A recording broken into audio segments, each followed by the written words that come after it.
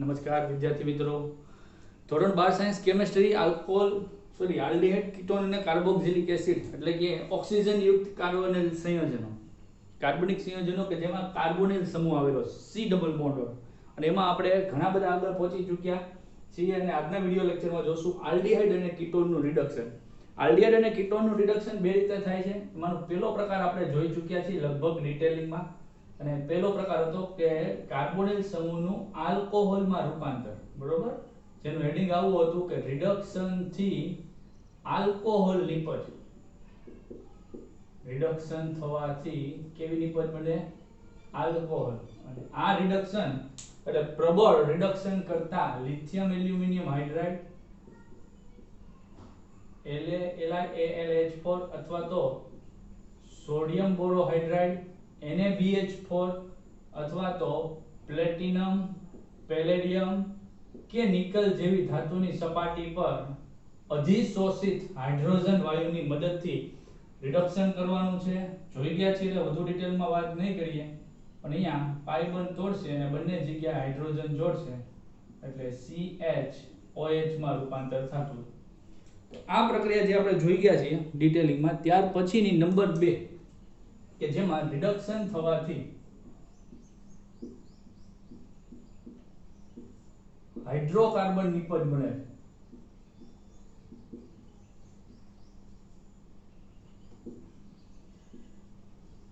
એટલે કે કાર્બોનિલ સમૂહનું સંપૂર્ણ રિડક્શન થાય કે C ડબલ બોન્ડ O આ બંને બંધો તૂટે. હાઇડ્રોજન તો આપણે જોડતા સિગ્મા બંધ પણ તૂટે. એનો અર્થ એ કે ટોટલ 4 હાઇડ્રોજન વપરાય અને આ CH2 પ્લસ આ હાઇડ્રોજન 2 H2O. તો તમે જો કાર્બોનિલ સમૂહનું મિથિલિન સમૂહમાં રૂપાંતર થયું. જો CH3 એટલે મિથાઇલ પણ CH2 એટલે મિથિલિન અને આ છે carbonyl C double bond O એટલે કાર્બોનિલ સમૂહ થયો. કાર્બોનિલ સમૂહનું મિથિલિન સમૂહમાં રૂપાંતર કર્યું આપણે. અને એ પ્રક્રિયા આપણે બે પ્રકારની રાસાયણિક પ્રક્રિયાની મદદથી કરવામાં આવશે. પહેલો પ્રકાર આવશે આપણે વૈજ્ઞાનિકોના નામ આવે છે, નેમ રિએક્શન નો પાછું ઇન્વોલ્વમેન્ટ છે. પહેલું આવે છે ક્લેમેન્સન રિડક્શન. ક્લેમેન્સન રિડક્શન અને બીજું છે Wolff Kishner. Wolff Kishner reduction. તો ટોટલ આપણા બે પ્રકારના રિડક્શન, એમાં બીજા પ્રકારમાં પણ વળી પાછા બે પ્રકાર. જ્યાં ક્લેમેન્સન રિડક્શનમાં રિડક્શન કરવા માટે રિડક્શન કરતા તરીકે ZnHG. આ મર્ક્યુરીનું કામ શું છે વિદ્યાર્થી મિત્રો? અગાઉ પણ મેં તમને ઘણી વખત કહ્યું છે કે ધાતુ અતિ સક્રિય હોય. ધાતુ કોને કહેવાય? કે જે ઇલેક્ટ્રોન મુક્ત કરે, ઇલેક્ટ્રોન ગુમાવે એને ધાતુ કહેવાય. અને એ ધાતુની અતિ સક્રિયતાને થોડીક નિષ્ક્રિય કરવા માટે આ નિષ્ક્રિય એવી ધાતુ પારો મર્ક્યુરી જે કહીએ છીએ એ ધાતુ તરીકે પોતે નિષ્ક્રિય છે. એટલે કહેવત છે ને કે નિષ્ક્રિય હારે રહ્યો તો તમે પણ નિષ્ક્રિય થઈ જાઓ અને સક્રિય હારે રહ્યો તો તમે પણ સક્રિય થઈ જાઓ. સંદીપ મહેશ્વરી તો વારંવાર કહે છે કે સફળ થવા માટે કંઈ નથી કરવાનું, માત્ર સફળ લોકોની ભીડમાં ઊભા રહી જાઓ, એ ધક્કો તમને સફળ બનાવી દેશે. એમ નિષ્ફળ લોકો સાથે રહ્યો તો તમે સફળ થતા હો તો પણ તમે નિષ્ફળ થઈ જાઓ. કંઈક એવું જ કામ છે. મર્ક્યુરી ધાતુ તો છે એટલે ઝિંક ને એમ થયું કે આ આપણી નાઈટનો છે, ઝિંક એ ધાતુ, મર્ક્યુરી ધાતુ બે હરખી નાઈટ છે એટલે બે ભેગા રહે. મર્ક્યુરીની નિષ્ક્રિયતાની અસર, કેમ કે મર્ક્યુરી ઇલેક્ટ્રોન ન ગુમાવે. આપણે શોર્ટકટ છે ને અમેધામુ, અધાતુ મેળવે ધાતુ મુક્ત કરે. પણ મર્ક્યુરી ઇલેક્ટ્રોન મુક્ત નથી કરતો, જેની અસરથી ઝિંક પણ ધીમે ધીમે ઇલેક્ટ્રોન મુક્ત કરશે, પહેલાની જેમ નહીં કરે. અને એનું જ આપણે કામ હતું. અને HCl માં એને મિશ્રણને ઉમેરવામાં આવે તો ઝિંક જે એકી સાથે બે ઇલેક્ટ્રોન ગુમાવતો તો એની બદલે ધીમે ધીમે ઇલેક્ટ્રોન ગુમાવશે. HCl માંથી 2H plus 2Cl minus Zn છે પ્લસ 2 Cl આરે જોડાય ZnCl2 બે હાઇડ્રોજન ઇલેક્ટ્રોન મેળવે એટલે H2 અને આ H2 નો આપણે રિડક્શન કરવા માટે ઉપયોગ કરવાનો છે. વુલ્ફ કિસ્નર રિડક્શનમાં આમ જોવા જાવ તો બે રીતે બે પ્રક્રિયકો છે. પહેલા પ્રક્રિયકમાં આપણે વાપરશું NH2 એટલે જેને આપણે હાઇડ્રેઝિન કીધો છે. પહેલા તબક્કામાં આપણે વાપરવાનું છે હાઇડ્રેઝિન. અને બીજા તબક્કામાં આપણે વાપરવાનું છે ઇથિલિન ગ્લાયકોલ. પ્રક્રિયકો યાદ રાખવાના છો. ઇથિલિન ગ્લાયકોલમાં KOH ને પાણીમાં નહીં પરંતુ ઇથિલિન ગ્લાયકોલમાં. ઇથિલિન ગ્લાયકોલનું સ્ટ્રક્ચર જો આવું છે, 2 કાર્બન અને બંને ઉપર OH. તો આ વુલ્ફ-કિસ્નર રિડક્શનનો રિએજન્ટ છે. ટેક્સ્ટ બુકમાં તમારે પેજ નંબર તમને તો મળી ગયા છે, મને નહીં મળે. ટેક્સ્ટ બુકમાં પેજ નંબર 369 તમને 369 ઉપર આપ્યું છે.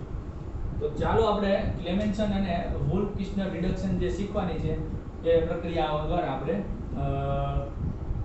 આલ્ડિહાઇડ અને કીટોનની આપણે આ પ્રક્રિયા કરી. તો સર્વપ્રથમ આપણે એસિટાલ્ડિહાઇડ CH3C ડબલ બોન્ડ OH એટલે કે એસિટાલ્ડિહાઇડ. મોટા ભાગે આપણે એસિટાલ્ડિહાઇડનો ઉપયોગ કરતા હોઈએ છીએ અથવા તો આલ્ડિહાઇડ, ઇથેનોલ બે પ્રક્રિયા એકી સાથે કરીએ. તો સર્વપ્રથમ આપણે માનો કે ક્લેમેન્સન રિડક્શન કરીએ છીએ. ક્લેમેન્સન રિડક્શન તો તમારે શું કરવાનું છે? ZnHg ઝિંક એમાલ્ગમ અથવા તો ઝિંક સનરસ એમ પણ બોલાય પ્લસ HCl. હવે ત્યાંથી ઉત્પન્ન થતો H2 આ બંધ તોડશે, સિગ્મા બંધ તોડશે, તો પાણીનો અણુ દૂર થાય -H2O. આ પ્રક્રિયામાં કુલ 4 હાઇડ્રોજન વપરાય છે. CH3 કાર્બન એક હાઇડ્રોજન હતા અને બીજા 2 હાઇડ્રોજન જોડાણા એટલે CH3 એટલે ઇથેન. તમે એમ કહી શકો કે જેટલા કાર્બન વાળો આલ્ડિહાઇડ વાપર્યો હોય છે તેટલા જ કાર્બન વાળો આલ્કેન મળશે, અથવા જેટલા કાર્બન વાળો કીટોન વાપર્યો હોય છે એટલા જ કાર્બન વાળો આલ્કેન મળશે. આ પ્રક્રિયા જો તમે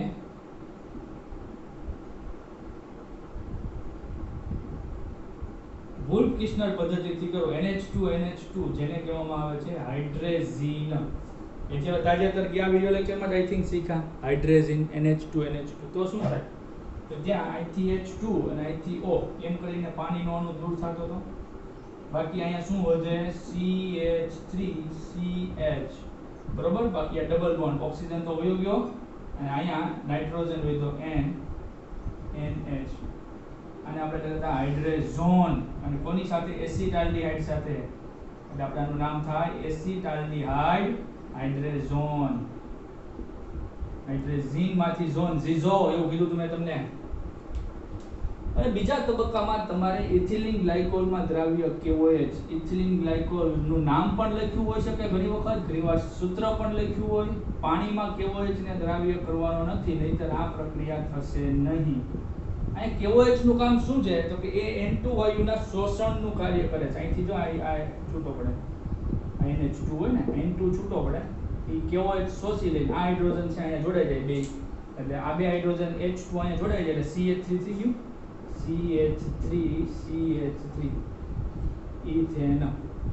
નિપજ ઇથેન જ મળી પણ ખાલી એક સ્ટેપ વધ્યું બરોબર. તો આપણે આ આલ્ડિહાઇડ માટે જોયું, એવું આપણે સ્ટેપ કીટોન માટે જોઈએ બરોબર. કયો કીટોન લેવો છે? એસિટોન લેવો છે. એસિટોન માટે આપણે આ પ્રક્રિયા જોઈએ. CH3 એસિટોન માટે તમે હોમવર્ક કરજો. આપણે કીટોન તરીકે એસિટાલ્ડિહાઇડ લઈએ એટલે એરોમેટિક ને પણ ખોટું ન લાગે. CO CH3 બેન્ઝીન ઉપર CO CH3 એનું નામ શું થાય છે? એસિટોફિનોન. અને પ્રક્રિયા તો હવે જે હોશિયાર વિદ્યાર્થીઓ અથવા તો એવરેજ વિદ્યાર્થીઓ એને ખબર પડી ગઈ માત્ર ને માત્ર આ બાકીના ભાગમાં કાંઈ કામ નથી. CO નું રૂપાંતર બાકીનો ભાગ એમને જ રહેવાનો છે. C ડબલ બોન્ડ O નું રૂપાંતર CH2 માં થવાનું છે. તો આપણે કઈ પ્રક્રિયા કરીએ? માનો કે પહેલા પ્રક્રિયા કરીએ ક્લેમેન્સન. હવે ક્લેમેન્સન અને વુલ્ફ-કિસ્નર બે મિશ્ર ન થાય એ ધ્યાન રાખવાનું છે બરોબર. ક્લેમેન્સન એટલે ZnHg ઝિંક એમાલ્ગમ ઇન 2HCl અને એ આ પાઈ બંધ તોડે, હાઇડ્રોજન જોડો, સિગ્મા બંધ તોડો, હાઇડ્રોજન જોડો એટલે H2O બન્યું અને બાકી વધ્યું CH2. C double bond O નું રૂપાંતર શેમાં થયું? CH2. અને આ CH3 એટલે આ બન્યો ઇથાઇલ સમૂહ જે બેન્ઝીન સાથે જોડાયેલો છે એટલે એનું નામ થશે ઇથાઇલ બેન્ઝીન. તો કઈ પ્રક્રિયા કરી આપણે? ક્લેમેન્સન રિડક્શન ની પ્રક્રિયા કરી. ત્યાર પછી વુલ્ફ કિસ્નર રિડક્શન કરવું હોય તો તમારે સર્વપ્રથમ એની પ્રક્રિયા NH2 સાથે કરવાની છે, હાઇડ્રેઝીન. પહેલો તબક્કો તો આપણે અગાઉ જોઈ ગયેલા છે એ પ્રકારે છે, અહીંથી H2 અને અહીંથી આ O એમ H2O, આના બદલા હું C6H5 લખી શકું? હા, લખાઈ શકાય. પછી આ કાર્બન, પછી આ CH3 અને આ ડબલ બોન્ડ થી ઓક્સિજન ગયો છે એ ખાલી પડેલી સંયોજકતા, અને આ નાઇટ્રોજન કે જેની પાસેથી બે હાઇડ્રોજન ગયા એટલે એની પણ બે સંયોજકતા ખાલી પડી. ફરી પાછું એસિટોફિનોન નો હાઇડ્રેઝોન બન્યો, એસિટોફિનોન હાઇડ્રેઝોન, જેની પ્રક્રિયા હવે શું કરવાની છે? ઇથિલિન ગ્લાયકોલ હું લખીશ CH2OH. ઘણી વખત આ રીતે લખ્યું હોય તો મૂંઝાઈ જાય કે આ શું છે, માં દ્રાવ્ય કેવો છે. આપણે પ્રક્રિયા શીખી રહ્યા છીએ વુલ્ફ કિસ્નર. તો અહીંયા વુલ્ફ અને કિસ્નર એટલે બે સ્ટેપ, અહીંયા રાખવાનું ક્લેમેન્સન એટલે એક સ્ટેપ, અને એક સ્ટેપ એટલે ZNHG, અને વુલ્ફ અને કિસ્નર એટલે બે સ્ટેપ એટલે NH2 પછી બીજા તબક્કામાં. બરોબર? શું થાય તો અહીંથી આ N2 વાયુ અધિશોષિત થઈ જાય. N2 વાયુ આમ તો વાતાવરણમાં ઉડી જાય, પણ બંધ પાત્રમાં પ્રક્રિયા થતી હોય તો કેવો જ છે તે N2 નું અધિશોષણ કરે, બાકીના બે હાઇડ્રોજન છે એ અહીંયા જોડાઈ જતા હોય એટલે C6H5 ને ફરી પાછું હું બેન્ઝીન સ્વરૂપે લખીશ. બરોબર? આ કાર્બન સાથે બે હાઇડ્રોજન જોડાણા CH2, અને કાર્બન સાથે ઓલરેડી એક CH3 છે, બંનેની પર જે ખરકચ હરખી જ બને, ઇથાઇલ બેન્ઝીન. તો તમારે આ બે પ્રક્રિયા મેં એક એલિફેટિક આલ્ડીહાઇડ અને એરોમેટિક કીટોન માટે કીધી છે. તમારે આ બે પ્રક્રિયા હોમવર્કમાં કરવાની છે. બેન્ઝાલ્ડીહાઇડ માટે નંબર 2 એસીટોન માટે, નંબર 3 પ્રોપેનાલ માટે, નંબર 4 બ્યુટેનોન માટે. મેં તમને 4 પ્રક્રિયકોની આ પ્રક્રિયા હોમવર્ક કરવા આપી છે અને 2 મેં શીખવાડી છે, અને આ જ રીતે તમારે કામ કરવાનું છે. ત્યાર પછી વિદ્યાર્થી મિત્રો ટેક્સ્ટબુકમાં પેજ નંબર 369 પર આપ્યું છે આલ્ડીહાઇડ અને કીટોનનું ઓક્સિડેશન. આલ્ડીહાઇડ સંયોજનો તેની ઓક્સિડેશન પ્રક્રિયામાં કીટોન સંયોજનથી અલગ પડે છે, કારણ કે આલ્ડીહાઇડ સંયોજનો ઓક્સિડેશન કરતા જેવા કે નાઇટ્રિક એસિડ, પોટેશિયમ પરમેંગેનેટ અને પોટેશિયમ ડાઇક્રોમેટ વગેરેની સાથે કાર્બોક્સિલિક એસિડમાં સરળતાથી ઓક્સિડેશન પામે છે. અને બર્નાર્ડ ટોલેન્સ, ગોટિંગેન યુનિવર્સિટી જર્મની, એ ટોલેન્સ પ્રક્રિયા આપી હતી આલ્ડીહાઇડ માટેની સ્પેશિયલ. આ ટેક્સ્ટબુકના શબ્દો હું વાંચતો હતો. હવે આપણે આપણી પદ્ધતિથી વાત કરીએ તો આલ્ડીહાઇડ અને કીટોન નું ઓક્સિડેશન આમ જો તો 3 રીતે. પ્રથમ, આલ્ડીહાઇડ અને કીટોન બંનેનું ઓક્સિડેશન પ્રબળ ઓક્સિડેશન કરતા વડે, પ્રબળ ઓક્સિડેશન કરતા વડે આલ્ડીહાઇડ અને કીટોન બંનેનું ઓક્સિડેશન, કે જેમાં પ્રબળ ઓક્સિડેશન કરતાનું લિસ્ટ કરવું હોય તો ટેક્સ્ટબુકમાં આપેલા પ્રબળ ઓક્સિડેશન કરતા મુજબ HNO3 એટલે કે નાઇટ્રિક એસિડ, KMnO4 એટલે પોટેશિયમ પરમેંગેનેટ અને K2Cr2O7 એટલે પોટેશિયમ ડાઇક્રોમેટ, અથવા તો એના બદલામાં તમે Na2Cr2O7 પણ ઉપયોગ કરી શકો.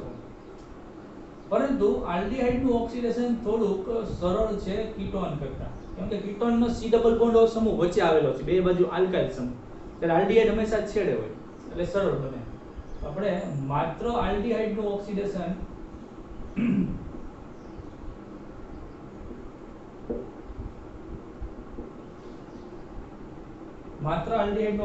જોઈએ તો એને આલ્ડીહાઇડની પરખ કસોટી પણ કહેવામાં આવે છે, કેમ કે આ કસોટી કીટોન આપતું નથી.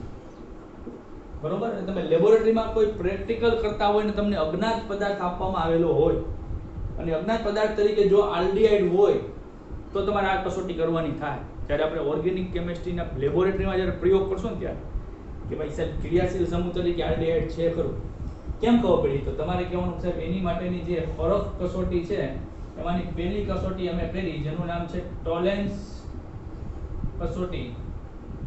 ટોલેન્સ વિશે તો લખ્યું છે બાજુમાં, તમારી ટેક્સ્ટ બુકમાં જો બાજુમાં સાઈડમાં લખ્યું છે બર્નાર્ડ ટોલેન્સ 1841 થી 1918 ગોટિંગેન યુનિવર્સિટી જર્મનીમાં પ્રોફેસર હતા રસાયણ વિજ્ઞાનના. હું પણ રસાયણ વિજ્ઞાનનો શિક્ષક છું, પણ આપણે કાંઈ સંશોધન કરતા નથી, બરોબર? સ્પષ્ટ કહી દેવું હારું. અથવા તો આને રજત દર્પણ કસોટી પણ કહેવામાં આવે છે. રજત એટલે ચાંદી, દર્પણ એટલે અરીસો, બરોબર? એ તો કોઈ કેવું તો પડે નહીં, દર્પણ એટલે અરીસો. બહેનોને તો ખાસ દર્પણ વગર તો ચાલે જ નહીં, ના ચાલે કોઈ દિવસ. દર્પણ ન હોય તો શું થાય? કશું ના થાય. અમને કશું ના થાય, તમને બધાને બહુ તકલીફ પડી જાય. બેન ભાઈઓ છે એ દર્પણ વગર ચલાવી શકે, આજના ભાઈઓ લગભગ નથી ચલાવી શકતા એવું મને થોડું જાણવા મળ્યું છે. હાલે, કારણ કે અમારી હોસ્ટેલમાં અમારું દર્પણ ખાલી આવડું રહેતું, આવડું દર્પણ હોય. આ ખબર તમને 10 રૂપિયા આવે? હા, અહીંયા ટીંગાડવાનું હોય. આ રીતના આમ દો, અમે ખાલી માથું દેખાવું જોઈએ. અને આમાં તો 10 હોસ્ટેલના 10 રૂમ વાળા અહીંયા માથું વળાવવા આવતા એટલા દર્પણમાં. એમાં તો પછી આમ કાચેથી ફૂટી ગયો, બે ફાડિયા થઈ ગયા, વચ્ચે જગ્યા હોય પાછી, તોય ભટ્ટાથી બધા માથું વળવે છે. એટલે મને એવું લાગે છે કે અમારે દર્પણ વગર ચાલે. બાકી અત્યારે તો ઘીરે આમ જોવો તો આખા દેખાય એવડા દર્પણ હોય. મૂળ દર્પણની વાત કરીએ તો રજત એટલે ચાંદી અને દર્પણ એટલે આ કસોટીમાં ટેસ્ટ ટ્યુબની અંદરના ભાગે ચાંદીનું સ્તર ચડી જાય છે અને એના કારણે બહારનો ભાગ છે એ અરીસા જેવું કામ કરે, એટલે તેને રજત દર્પણ કસોટી કીધી. અને બીજા નંબરે આવે છે ફેહલિંગ કસોટી. ફેહલિંગ એ કોઈ વૈજ્ઞાનિકનું નામ નથી, હશે જ ને. જેમાં ફેહલિંગ દ્રાવણ વાપરવાનું છે. ફેહલિંગ એ ખાલી એ લખવું, બરોબર? આમ ફેહલિંગ એ સમજવાનું અને ફેહલિંગ બી એટલે આમ ખાલી બી ની સમજતો, ફેહલિંગ બી સમજવું. ફેહલિંગ એ એટલે મોર થૂથુનું દ્રાવણ. મોર હોય થૂથું કરે એનું દ્રાવણ, એમ નહીં. CuSO4 નું જલીય દ્રાવણને મોર થૂથુનું દ્રાવણ કહેવામાં આવે છે. અને ફેહલિંગ બી એટલે સોડિયમ પોટેશિયમ એટલે કે NaK ટાર્ટરેટ, જેને રોસેલ ક્ષાર કહેવામાં આવે છે. આ બેનું મિશ્રણ એ ઓક્સિડેશન કરતા તરીકે વાપરવાનું છે. ટોલેન્સ કસોટીમાં વાપરવાનું છે એમોનિયા યુક્ત એટલે કે એમોનિયકલ AgNO3. એમોનિયા યુક્ત સિલ્વર નાઇટ્રેટ એ ઓક્સિડેશન કરતા તરીકે વાપરવાનું. અને આ પ્રક્રિયા એ માત્ર આલ્ડીહાઇડનું ઓક્સિડેશન છે. હજી બેનેડિક્સ કસોટી પણ છે, પણ અહીંયા ટેક્સ્ટ બુકમાં નથી આપી, પણ હું તો ભણાવીશ. અને ત્રીજું આપણે જોવાનું છે કીટોનનું, માત્ર ને માત્ર કીટોનનું ઓક્સિડેશન. કેમ કે કીટોન નું ઓક્સિડેશન મુશ્કેલ છે. વધુ સરળ કોનું ઓક્સિડેશન છે? આલ્ડીહાઇડ. કીટોન વચ્ચે રહેલો ક્રિયાશીલ સમૂહ છે, બંને બાજુ આલ્કાઇલ સમૂહ છે, એટલે થોડુંક મુશ્કેલ છે. એટલે ટોલેન્સ અને ફેહલિંગ કસોટી જેવી કસોટી કીટોન નહીં આપે. કીટોનનું ઓક્સિડેશન એટલે એ હેલોફોર્મ કસોટી છે. હેલોફોર્મ એટલે આપણે કેમ આયોડોફોર્મ બોલીએ છીએ, ક્લોરોફોર્મ બોલીએ છીએ, CHCl3m. હેલોફોર્મ કસોટી જેમાં ઓક્સિડેશન કરતા છે NaOH અને હેલોજનનું મિશ્રણ. આ હેલોજન તરીકે ક્લોરીન પણ હોઈ શકે, બ્રોમિન પણ હોઈ શકે અને આયોડિન પણ હોઈ શકે. F2 નહીં હો, F2 ધડબડાટી બોલાવી નાખી. મેં તમને કીધું ને ભાઈ, ભૂકા કાઢી નાખે, અતિ સક્રિય છે. ન લેવાનો દેવા, મૂળ પ્રક્રિયાને મેલ પડતી બીજું કરવા મળે. જે રીતે આપણે અત્યારે કરી રહ્યા છીએ, મૂળ પ્રક્રિયા ભણવાનું છે કે પછી ઓનલાઈન હોય કે ઓફલાઈન હોય, શું ફેર પડે ભાઈ? કન્સેપ્ટ સમજવાનો છે, બાકીનું કામ તો તમારે કરવાનું છે. હવે કન્સેપ્ટ તમને ઓફલાઈન સમજાવવું કે ઓનલાઈન સમજાવવું, અને પ્રયત્ન આવે તો પૂરું છે, બધી વસ્તુ સમજાય છે. તમે આમાં નથી એટલે મારે ઘણું એક્સ્ટ્રા કામ કરવું પડે છે દરેક શિક્ષકોને. તો તમને સમજાઈ જતા હોય કન્સેપ્ટ, પણ નહીં. આપણે બીજું કામ કરવાનું. ફ્લોરિનની જેમ બીજી જગ્યાએ બિનજરૂરી સક્રિયતા ફ્લોરિનની ગણતરીમાં એટલે લેતા નથી. ક્લોરિન, બ્રોમિન અને આયોડિન આ ઓક્સિડેશન કરતા છે. હવે એ શું કરશે એ પ્રક્રિયા તો હવે આપણે જોઈએ. તો સર્વપ્રથમ આપણે આલ્ડીહાઇડ અને કીટોનનું પ્રબળ ઓક્સિડેશન કરતા વડે ઓક્સિડેશન કરીએ. આલ્ડીહાઇડ અને કીટોન નું પ્રબળ ઓક્સિડેશન કરતા વડે ઓક્સિડેશન સમજાવો. અને પ્રબળ ઓક્સિડેશન કરતા HNO3 KMnO4 K2Cr2O7 વડે ઓક્સિડેશન કરીએ તો માનો કે આલ્ડીહાઇડ છે RC≡OH. હું પ્રક્રિયા લખીશ, તમને જ્યારે લખવાનું થાય ત્યારે ટેક્સ્ટ બુકમાં આપેલી લાંબુ લખાણ છે બધું જોવું પડશે હો. અને એ તમે માનો કે HNO3 વાપરો છે નાઇટ્રિક એસિડ કે જે ઓક્સિજન પ્રોવાઈડ કરે છે, તો એમાં કાર્બન હાઇડ્રોજન બંધ તૂટ્યા વગર એને ઓક્સિજન મળે અને આ H નું રૂપાંતર OH માં થઈ જાય. RC≡OH. અરે વાહ, આલ્ડીહાઇડ ઓક્સિડેશન પામે એટલે ઓક્સિજન મેળવે છે. ઓક્સિજન મેળવવું એટલે ઓક્સિડેશન કહેવાય. અને એ ઓક્સિજન મેળવી H છે OH માં રૂપાંતરિત થાય, હાઇડ્રોજન છે હાઇડ્રોક્સી માં રૂપાંતર થાય અને aldehyde converted into carboxylic acid. અને જેટલા કાર્બન વાળો આલ્ડીહાઇડ હોય એટલા જ કાર્બન વાળો કાર્બોક્સિલિક એસિડ બને. પરંતુ જો કીટોન આપો ને તો બંધ તૂટે છે. અહીંયા બંધ એટલે તૂટશે કે જો R CH2 C≡O CH2 CH2R. આમાં સમજવા માટે કરું છું, બરોબર? તો કાર્બન ને ધ્યાનમાં લેવાનો છે અને એ કીટોન માનો કે KMnO4 લેવામાં આવે કે K2Cr2O7 એસિડિક માધ્યમમાં KMnO4 લેવાનો હોય H+, તો બે પ્રકારના બંધન તૂટી શકે. જો આ એ પ્રકારનું બંધ તૂટ્યો હોય એ પ્રકારનું, તો અહીંથી એક હાઇડ્રોજન છે એ અહીંયા જશે હો. જોજો અહીંથી એક હાઇડ્રોજન ત્યાં જાય એટલે અહીંયા વધ્યું R. CH2 હતો ને CH2 એમાંથી વધ્યો એક H, બરોબર? હજી કાર્બનની એક ને બે બાકીની બે સંયોજકતા ખાલી ને ખાલી પડેલી બે સંયોજકતાથી ઓક્સિજન જોડાય કેમ કે ઓક્સિડેશન કરતા છે.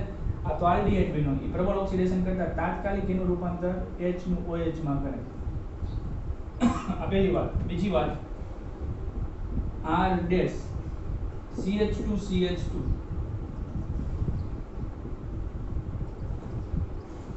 C ડબલ બોન્ડ O તો છે જ અને અહીંથી એક હાઇડ્રોજન અહીંયા જોડાવા આવ્યો એટલે આ H, તો આ આલ્ડીહાઇડ બન્યું.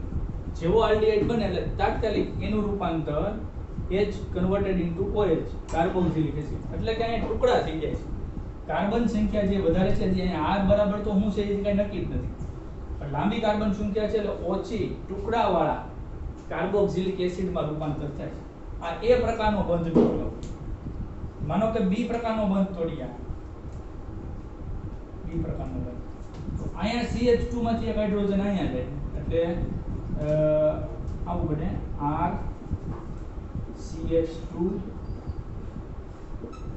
C≡O અને અહીંથી એક H અહીંયા આવ્યો ને H રૂપાંતર પામે OH માં કેમ કે ઓક્સિડેશન કરતા ઓક્સિજન પ્રોવાઈડ કરશે પ્લસ R ડેશ CH2.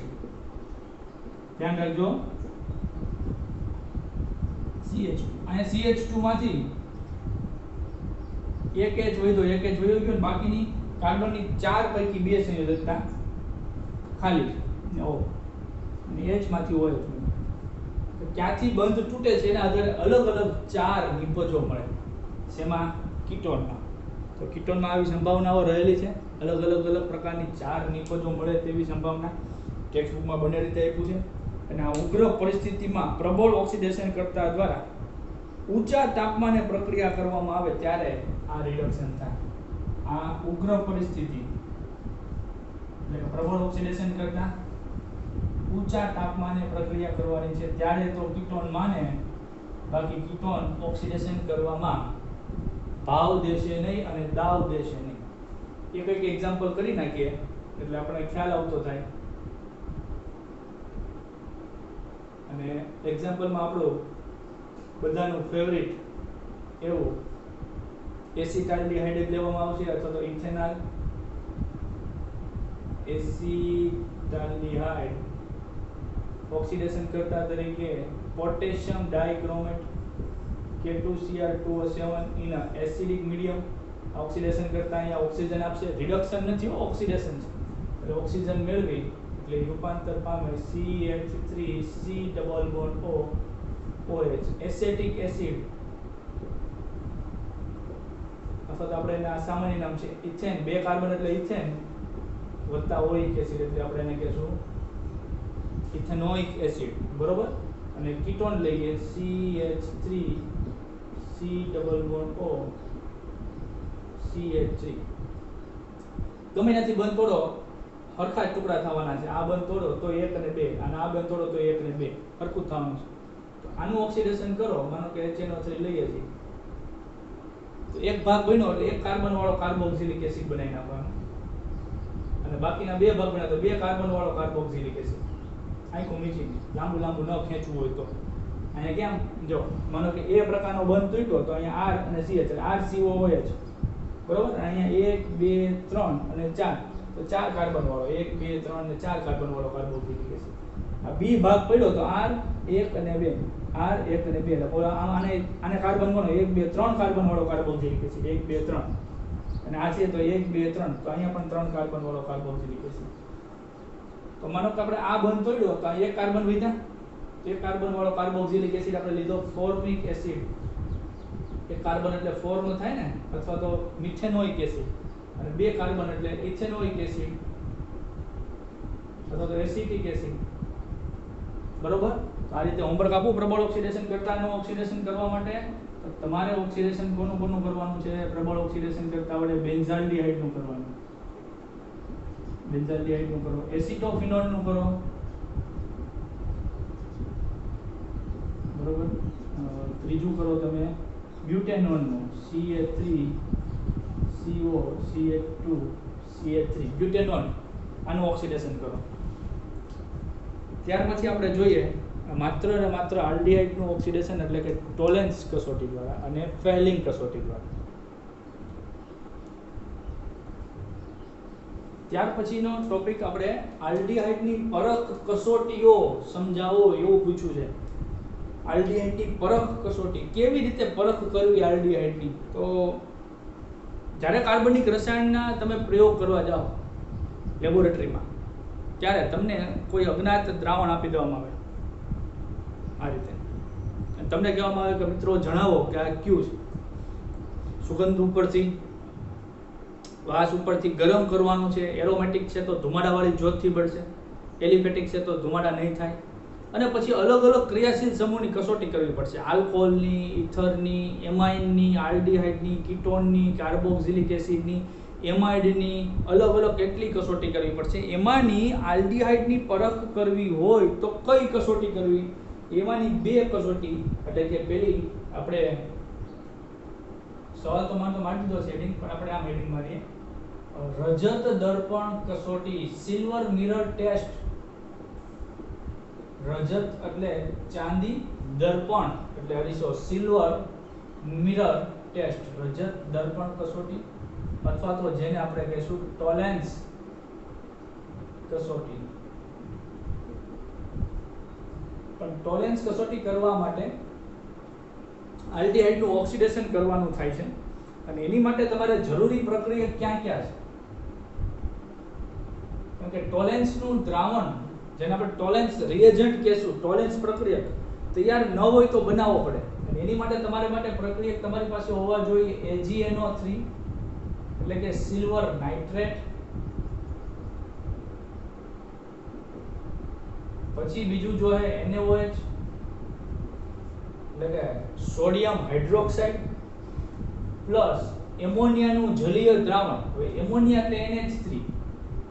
આ NH3 વાયુ પાણીમાં શું દ્રવ્ય છે એને તમે પાણીમાં નાખો, બરોબર. તો એમોનિયા પાણીમાંથી ઉત્પન્ન થતા H+ અને OH- ને ઇલેક્ટ્રોન દાન કરે કેમ કે એમોનિયા બેઝ છે એટલે NH3 કન્વર્ટેડ ઇન્ટુ NH4+ અને આ OH-.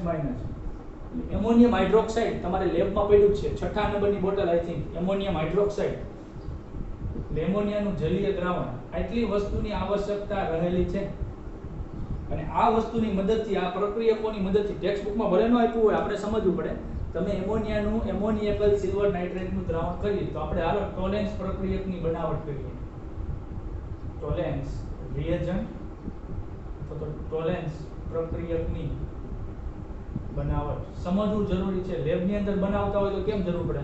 તો તમારે AgNO3 આ NaOH ઓપ્શનલ છે, ન નાખો તો પણ ચાલે. AgNO3 માં NH4OH થોડું ઉમેરવાનું છે. NaOH કાઢી નાખીએ આપણે હાલમાં. બરોબર.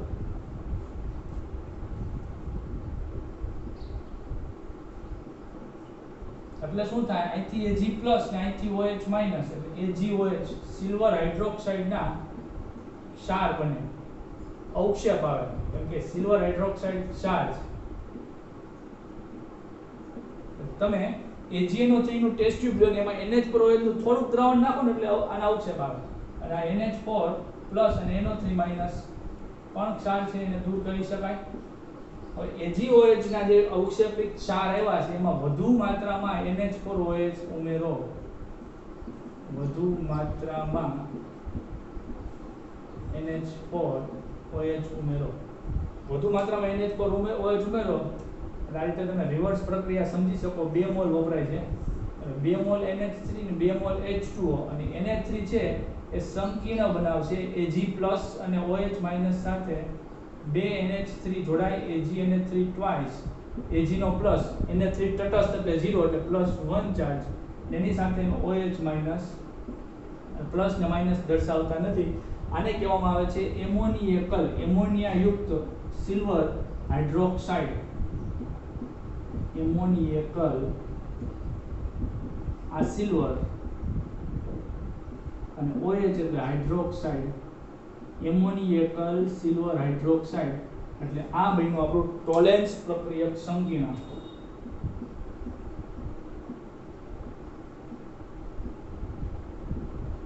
આ સંકીર્ણનું નામ લખવું હોય તો આપણે લખી શકીએ. સંકીર્ણનું નામ 2 વખત NH2 છે એટલે ડાય NH3 ને કહેવામાં આવે છે એમાઇન.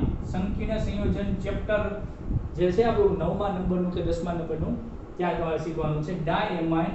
પછી Ag એટલે સિલ્વર, સિલ્વરનો ઓક્સિડેશન આંક કેટલો, NH3 નો 0, આનો -1, સિલ્વરનો +1 એટલે રોમન આંકડામાં +1, અને બહાર OH માઈનસ એટલે હાઇડ્રોક્સાઇડ. કોઈ ક્યારેક પૂછે કે ટોલેન્સ પ્રક્રિયકનું IUPAC ના ગણાવો તો આપી દેવાનું, ટોલેન્સ પ્રક્રિયકનું સૂત્ર કયું તો આ જણાવી દેવાનું. ઘણીવાર OH ન લખ્યો હોય તો આની પાસે +1 ચાર્જ લખી દેવાનો. આ એમોનિયકલ સિલ્વર હાઇડ્રોક્સાઇડ અથવા તો સિલ્વર નાઇટ્રેટ પણ કહી શકો, કેમ કે NO3 માં આયન પણ હોઈ શકે છે. એની તમારે પ્રક્રિયા કરવાની છે આલ્ડીહાઇડની પરખ કરવા માટે. કોઈ પણ આલ્ડીહાઇડ હોય તો આપણે સામાન્ય પ્રક્રિયા લખીએ. આ પ્રક્રિયા એલિફેટિક અને એરોમેટિક બંને પ્રકારના આલ્ડીહાઇડ આપે છે. એલિફેટિક તથા એરોમેટિક, એટલે કે બેન્ઝાલ્ડીહાઇડ હોય તો એને એરોમેટિક આલ્ડીહાઇડ આપે, એને એરોમેટિક આલ્ડીહાઇડ કહેવાય. બંને આ કસોટી આપે છે. તમે આ કસોટીને આધારે ઈ પાછું નહીં કહી શકો કે આપણને આપેલો આલ્ડીહાઇડ છે એલિફેટિક છે કે એરોમેટિક, બરોબર? એટલે R C double bond O H, એટલે આ આપણું આલ્ડીહાઇડ નું સૂત્ર, પ્લસ આ Ag કે જેનો ઓક્સિડેશન આંક થાય છે +1. Ag નો ઓક્સિડેશન આંક કેટલો થાય છે? +1. અથવા તો આપણે આખું સૂત્ર જ લખીએ Ag NH3 ટ્વાઇસ, અને એની હારે OH માઈનસ જે જોડેલો છે આ +1. અહીંયા મિત્રો 3 OH માઈનસ ની જરૂર પડશે, એટલે એની માટે જરૂર પૂરતો તમે NaOH પણ ઉમેરી શકો બહારથી, આપણે લખ્યો તો ને. અને અહીંયા એ સંકીર્ણ 2 મોલ વપરાય છે. એટલે આમ જોવો તો આંકડો જો 1 2 3 લાઈનમાં જ છે, પાકું કરવા ગોખવાની જરૂર નથી.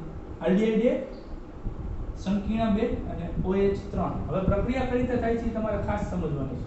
જો આ OH માઈનસ 3 વખત હું લખી નાખું છું, 1 વખત 2 વખત અને 3 વખત. હવે 3 વખત OH માઈનસ, અહીંથી H, અહીંથી OH, શું બન્યું? H2O.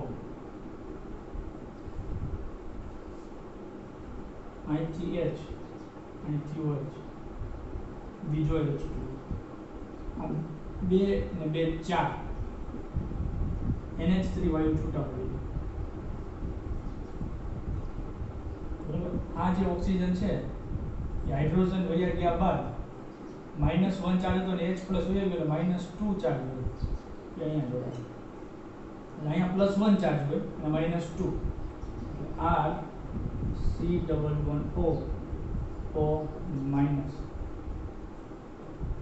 અને સિલ્વર કે જેનો ઓક્સિડેશન આંક +1 છે Ag +1 ચાર્જ છે બે મોલ રિડક્શન પામી 2 ઇલેક્ટ્રોન મેળવી અને રૂપાંતર પામે સિલ્વરમાં ચાંદીમાં સોલિડ 2 મોલ સિલ્વર. એટલે અહીંયા 2 ઇલેક્ટ્રોન મેળવે છે એટલે એનું પોતાનું થયું રિડક્શન અને જેનું રિડક્શન થતું હોય એને કહેવાય ઓક્સિડેશન કરતા. એટલે આ ઓક્સિડેશન કરતા છે અને અહીંયા એને હાઇડ્રોજન ગુમાવ્યો અને એના બદલામાં ઓક્સિજન મેળવો તો આનું આલ્ડીહાઇડ નું ઓક્સિડેશન થયું. અને તમે ઓલરેડી બેઝ નાખ્યો છે ને એટલે આવું છું. અહીંયા એસ્ટર દેખાય છે એટલે અથવા તો આને કાર્બોક્સિલેટ કહેવામાં આવે છે. COO હોય ને એને કાર્બોક્સિલેટ આયન કહેવામાં આવે છે. કારણ કે તમે બેઝ નાખ્યો છે એટલે એની સાથે ધન આયન જોડાયેલો હોય. સો NaOH નાખ્યો હોય તો અહીંયા Na+ જોડાયેલો હોય છે અને NH4OH આયન હોય તો અહીંયા NH4+ આયન જોડાયેલો હોય છે. અને તમારે એમાંથી કાર્બોક્સિલિક એસિડ બનાવવું હોય તો એમાં એસિડ ઉમેરવું પડે HCl HNO3 એટલે કોઈ પણ H+ ઉમેરવો પડે. કારણ કે અહીંયા ધન આયન નથી લખ્યો એટલે અહીંયા ઋણ આયન નથી લખ્યો. કેમ કે આ જે ધન આયન છે માનો કે અહીંયા Na છે અને અહીંયા Cl છે તો NaCl જોડાઈ જવાના છે. RCOOH આ બન્યું આપણું કાર્બોક્સિલિક એસિડ. જેટલા કાર્બન વાળો આલ્ડીહાઇડ લીધો હોય એટલા જ કાર્બન વાળું કાર્બોક્સિલિક એસિડ મળે છે. અને ડિટેલિંગમાં શીખ્યા આપણે કઈ રીતે પ્રક્રિયા થાય છે. સિલ્વર પ્લસ આયનનું સિલ્વરમાં રિડક્શન થાય છે જે ટેસ્ટ ટ્યુબની અંદરની સપાટીમાં ચોંટી જતું હોય. માનો કે આ ટેસ્ટ ટ્યુબ છે. ટેસ્ટ ટ્યુબની આ જે સરફેસ છે એમાં તમે દ્રાવણ ભર્યું હોય આખું આ બધું તમે આલ્ડીહાઇડ ભર્યો તમે અંદર સંકીર્ણ નાખ્યું તમે અંદર બેઝ નાખ્યો અને પ્રક્રિયા થવાથી એની અંદરના ભાગમાં સિલ્વર ચોંટી જતું હોય. માનો કે રેડ કલરની માર્કરથી જે કરું છું એ માનો કે Ag નું સ્તર છે એ ચોંટી જતું હોય. આ માનો કે ઉત્પન્ન થયેલું સિલ્વર જેના કારણે સપાટી ટેસ્ટ ટ્યુબની બહારની સપાટી આને ગરમે કરવાનું છે. આ ગરમ બહાર ટેસ્ટ ટ્યુબ કાળી ન થઈ જાય જોવાનું તો બહારની સપાટી ચળકતી સપાટી હોય અને આ ચળકતી સપાટી મિરર એટલે કે દર્પણ તરીકેનું કાર્ય કરે જેથી કરીને આપણે એને સિલ્વર મિરર ટેસ્ટ કીધી એટલે કે રજત દર્પણ કસોટી કીધી. બરોબર. અને જો આ રજત બને અંદરની સપાટી આવી બને તો એનો અર્થ એવો સમજવાનો કે આપણને આપેલું સંયોજન આલ્ડીહાઇડ છે અને જો સિલ્વર નથી બન્યું સિલ્વર આલ્ડીહાઇડ છે તો જ Ag+ નું રિડક્શન થઈને Ag માં રૂપાંતર થાય બાકી કાંઈ ન થાય. એટલે જો ચાંદી ન બની એનો અર્થ એમ કે કાર્બોક્સિલિક એસિડ પણ નથી બન્યું એનો અર્થ એમ કે આપેલ સંયોજન એ આલ્ડીહાઇડ નથી. બરોબર. ત્યાર પછીની બીજા નંબરની કસોટી એટલે કે ફેલિંગ કસોટી તરફ જાય.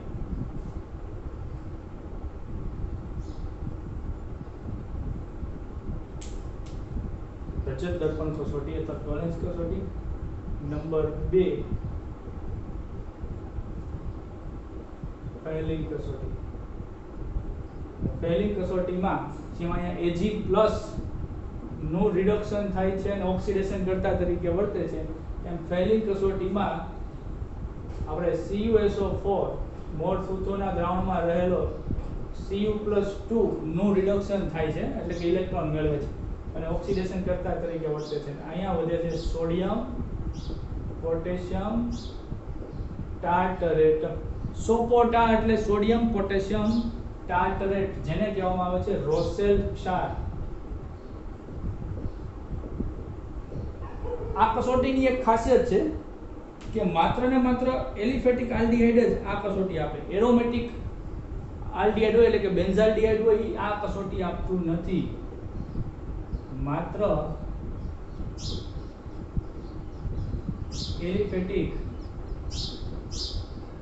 આલ્ડીહાઇડની કસોટી એટલે કે માનો કે બેન્ઝાલ્ડીહાઇડ તમને મેં આપ્યું અને તમે ફેલિંગ કસોટી કરો તો આ ટેસ્ટ ન મળે. બરોબર. બેન્ઝાલ્ડીહાઇડ એટલે એરોમેટિક થઈ ગયું. એરોમેટિક છે આ કસોટી ના આપે. આલ્ડીહાઇડ હોવા છતાં આ કસોટી નહીં આપે. તો તમારી માટે સૌથી સારી કસોટી કઈ રહી? સૌથી સારી કસોટી રહી રજત દર્પણ કસોટી. પણ એમાં ધ્યાન રાખવું પડે નકર મિરર છે ન બને. અને આ તો બહુ ઈઝી કસોટી છે. જો આલ્ડીહાઇડ લીધો પણ માત્ર કેવો એલિફેટિક આલ્ડીહાઇડ. માત્ર ને માત્ર એલિફેટિક આલ્ડીહાઇડ લેવાનું. કીટોન તો આ બેમાંથી એક એક કસોટી આપતો જ નથી.